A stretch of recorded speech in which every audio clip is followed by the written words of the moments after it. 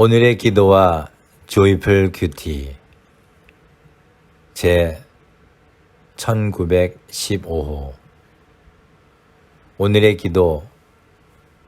전능하신 하나님, 이 세상에 태어나 하나님을 섬기고 주의 백성으로 살게 하심을 감사합니다.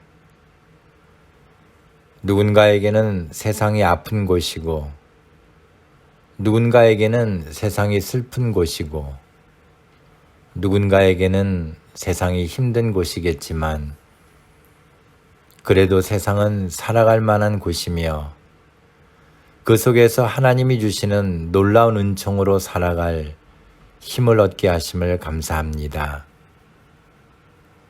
아픔이 사라지고 슬픔이 완전히 없어지지는 않겠지만 노력하고 애써 행복을 헤아려 주님 안에서 기쁨과 평안을 되찾게 하심을 감사합니다.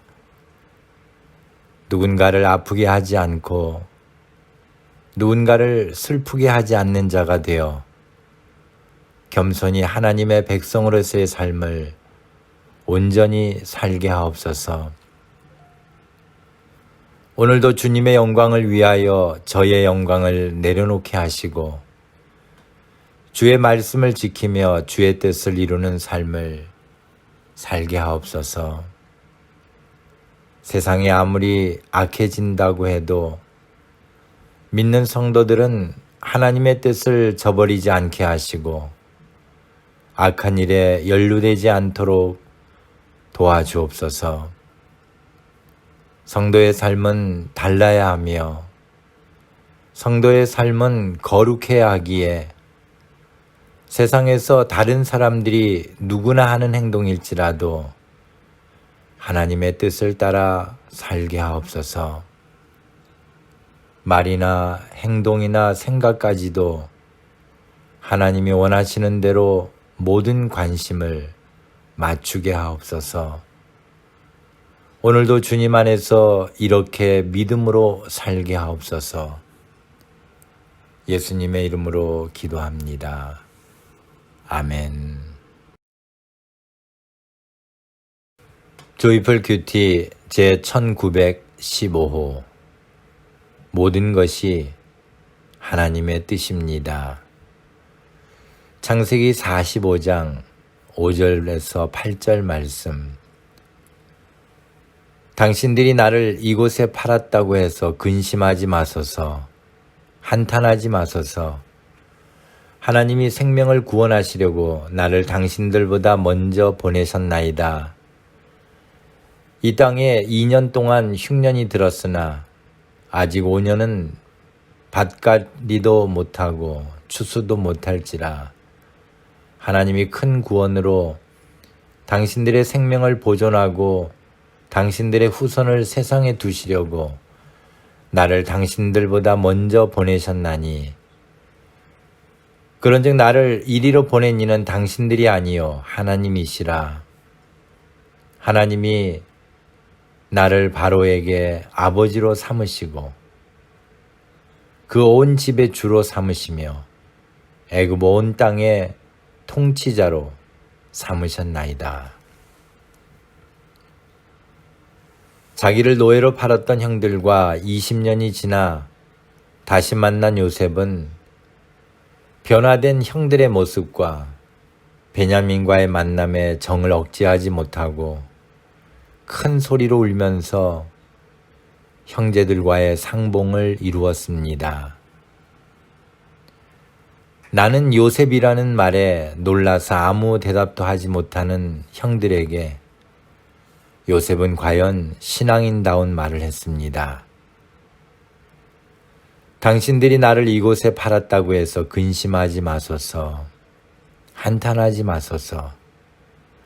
하나님이 생명을 구원하시려고 나를 당신들보다 먼저 보내셨나이다.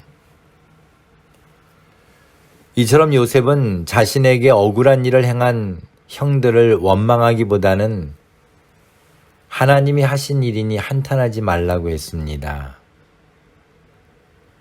나를 이리로 보낸 이는 당신들이 아니요 하나님이시라는 요셉의 믿음을 배우기 원합니다.